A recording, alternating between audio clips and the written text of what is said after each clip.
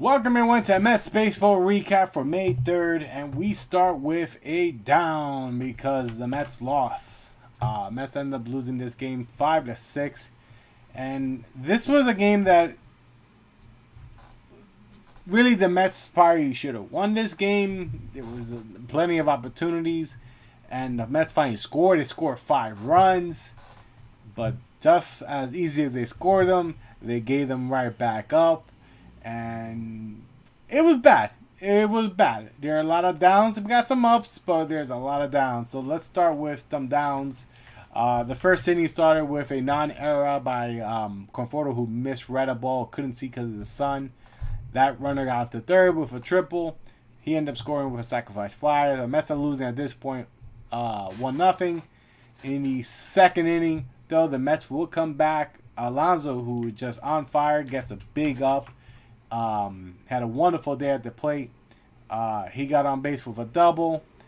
Pilar would then single, and gotta get Pilar a huge up with a fantastic base running.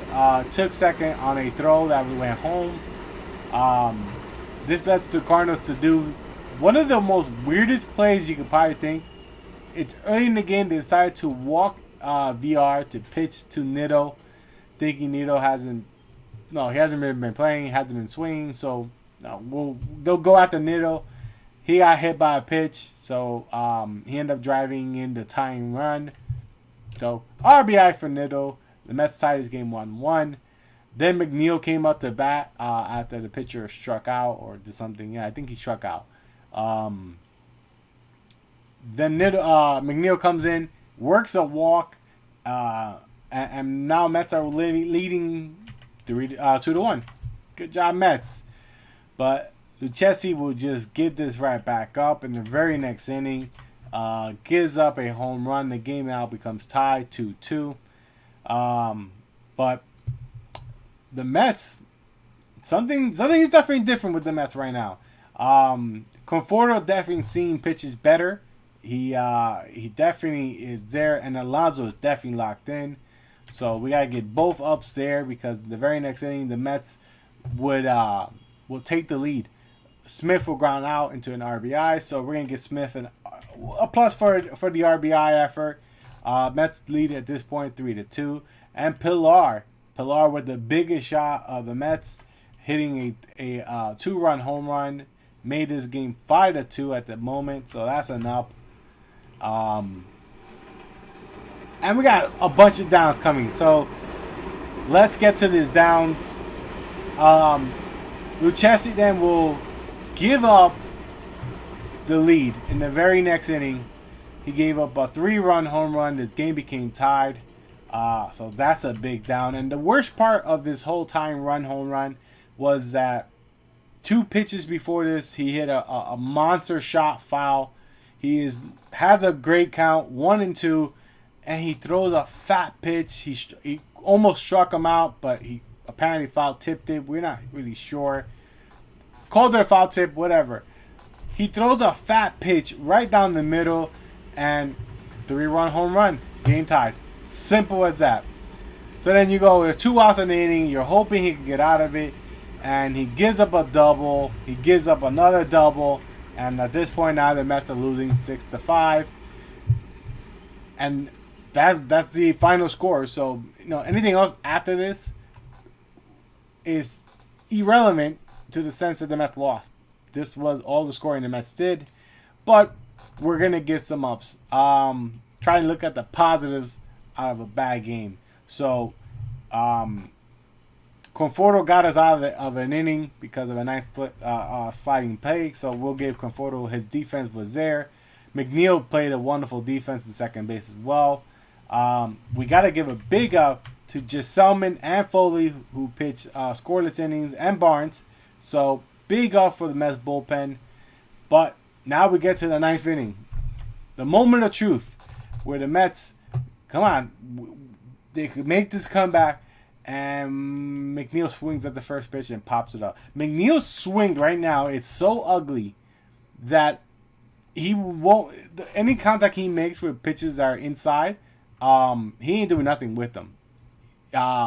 it's just too much of a angle that just too much of a trying to uppercut balls. If it's outside, he'll probably hit it the opposite way, but his swing is ugly. It is the most ugliest swing I've ever seen him ever do, and he really needs to. We need McNeil back. We need the old McNeil back. So McNeil gets it down there. So for I don't know if I give a down on that one, but we'll give another down because it was just bad. His first pitch swinging. The pitcher Reyes is known for walking people, though he has incredible opponent's average when there's people on base. So he is like 250 when there's no one on base, 026 when there's someone on base. So, you know, he walks a lot of people, and you had to work your counts. Happy to see that Lindor worked a walk. He didn't swing at anything crazy. He's also 2 ahead of everything. He is 0 for like 20 something now consecutive. So hopefully, you know, they could see that he's ahead of everything. Conforto then takes the first pitches for a ball, and then got overly excited and started swinging at pitches that he's just not going to do anything with. So, while they were pitches that were close, you got to work the count, and we got to give a big down for there, especially because you have scouting reports, you have the guys who are in that dugout who are letting you guys know this guy walks a lot, he throws a lot of wild pitches. He's a wild, and the way he pitched to Lindor, you saw that he wasn't in the strike zone consistently. So be more patient up there. Alonso ends up working a walk. So now we got who was batting? Smith with 2 outs, and Smith, same thing, swings. Takes a pitch outside, but then starts swinging at pitches. And then at one point, he swings at an outside pitch. And I'm like, he asked the umpire, would that have been a strike if he didn't swing? If you're asking the umpire, you know deep down that you shouldn't have swung the way you did. So he's another one that we need him back on track. So, he gets it down because he ended the game on the fly ball when he probably maybe could have worked a walk if he was just a little more patient and not swinging all over the place. But here's the thing, though. And I'm going to give a big down because as much as I'm going to say, no, the lineup is not the regulars, Luis Rojas has to change his lineup. The fact that Lindor is not batting, move him down. Why is he still batting in the top of that lineup? He is a rally killer because he can't hit right now. You got to get him going. Move him down to the 7th and 8th spot. You're going to say, oh, he's too high paid. No, that he shouldn't be there. He ain't hitting. Okay? And right now the Mets need to hit consistently together, not sporadically and killing rallies and killing innings, because he came out to bat with the bases loaded early in the game and he grounded out weakly. So it doesn't help us that the lineup sucks. It doesn't help us that we have some players that are hurt. It doesn't help. But there are things you could do to make this lineup work a little bit better. Happy to see Pilar hitting the ball well. Happy to see Villar actually hitting the ball well. Great to see Alonso locked in. He's actually locked in. No, it's time to change the lineup. It's trying, like I said, 5 runs, great. We could have scored more, and unfortunately, the Mets lost. So the Mets fall under 500. They're, I think, 11-12 now for the season. Excuse me, but hey, we'll be back tomorrow night, and they'll be taking on that. DeGrom goes for them. Now, let's hope it's now that DeGrom pitch is fantastic and the Mets can't score. That will suck completely. Because, today the Mets couldn't pitch and the Mets started hitting. Why does it always work that way?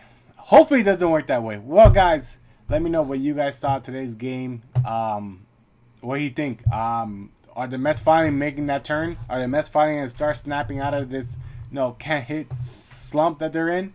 There's signs. There are definitely signs that some of them are snapping out of it, while others are still not there. No, and I'm looking at Lindor and Smith, both of you guys, and McNeil. You guys need to do something. Well, guys, I hope everyone has a good night, and we'll be back for tomorrow night Mets baseball recap. Till then, guys, take care.